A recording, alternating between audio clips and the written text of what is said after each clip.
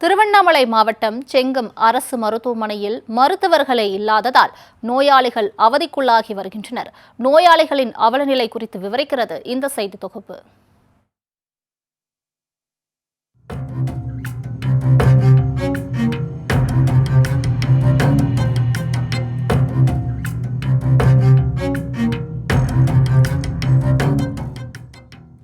ஏழை எளிய மக்களின் மருத்துவ சேவையை கருத்தில் கொண்டு ஒவ்வொரு மாவட்டத்திலும் ஒவ்வொரு நகரிலும் அரசு மருத்துவமனைகள் அமைக்கப்பட்டு செயல்படுத்தப்பட்டு வருகின்றன.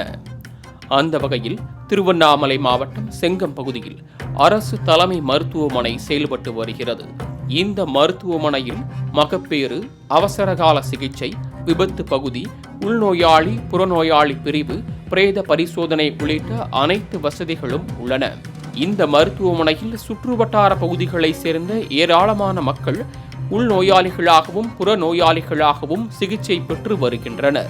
இந்நிலையில் இந்த செங்கம் அரசு தலைமை மருத்துவமனையில் தலைமை மருத்துவர் உட்பட 15 மருத்துவர்கள் பணியில் இருக்க வேண்டும் என்பது விதி. ஆனால் இங்கு கடந்த 6 மாதங்களாக ஒரு மருத்துவர் கூட இல்லாத நிலை ஏற்பட்டுள்ளது. இதனால் பிரசவம், விஷப்பூச்சிக்கடி, விபத்து என அவசர சிகிச்சைக்காக வரும் நோயாளிகளை பரிசோதித்து பாதிப்புகளை கண்டறியக்கூட மருத்துவர்கள் இல்லாததால் இவர்கள் மிகுந்த இன்னலுக்கு ஆளாகி வருகின்றனர்.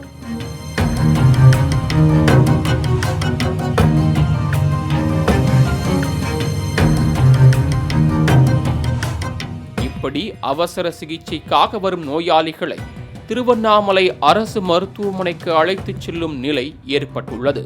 இதனால் விலை மதிப்பற்ற மனித உயிர்களை இழக்கும் அபாய நிலையும் ஏற்படுகிறது.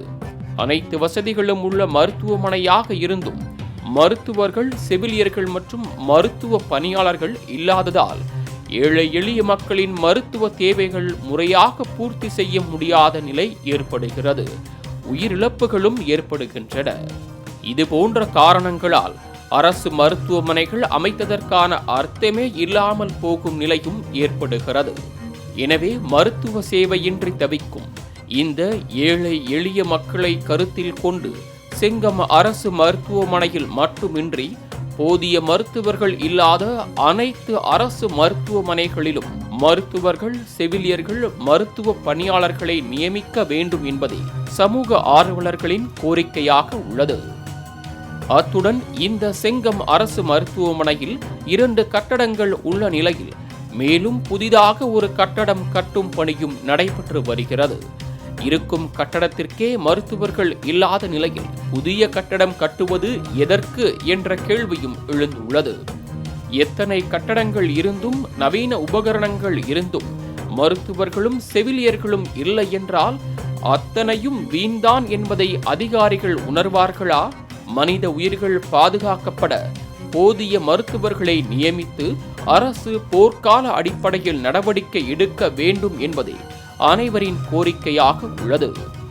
மாலை முரசு செய்திகளுக்காக செங்கம் செய்தியாளர் ராஜாவுடன் ஷீபா ஜேனர்.